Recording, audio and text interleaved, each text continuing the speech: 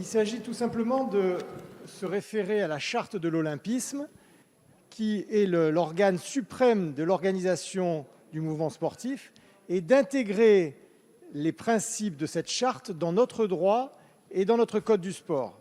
Je voudrais juste vous rappeler ces principes de la charte de l'olympisme qui découlent du bon sens et qui dit dans son article 50 « Aucune sorte de démonstration ou de propagande politique, religieuse ou raciale n'est autorisée dans un lieu, site ou autre emplacement olympique. » Il s'agit de le décliner à l'échelle de nos fédérations sportives et à l'échelle de nos clubs sportifs. Il me semble que c'est du bon sens. Vous ne pouvez pas faire du sport la porte d'entrée du communautarisme religieux et islamique dans notre pays. J'ai été adjoint au sport pendant 25 ans dans une ville très sportive, la ville d'Antibes-Juan-les-Pins.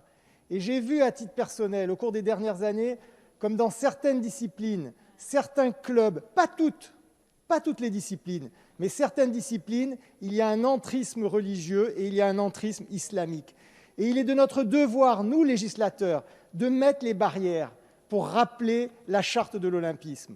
Sur un terrain de sport, ce n'est pas la foi qui dicte la règle, c'est la loi. Et c'est à nous de prendre cette loi. Vous êtes en train de laisser le sport s'ouvrir à ce communautarisme. Et je vais vous rappeler quelques chiffres, des chiffres qui sont issus du ministère des Sports et du ministère de l'Intérieur. Il y avait 127 associations en lien avec des mouvements séparatistes. Vous êtes intervenu auprès de 16 associations. Il en reste 111. Il y a en moyenne 80 à 90 licenciés par association, ce qui fait un potentiel de 10 000 personnes dans notre pays en lien avec des mouvements séparatistes via le sport.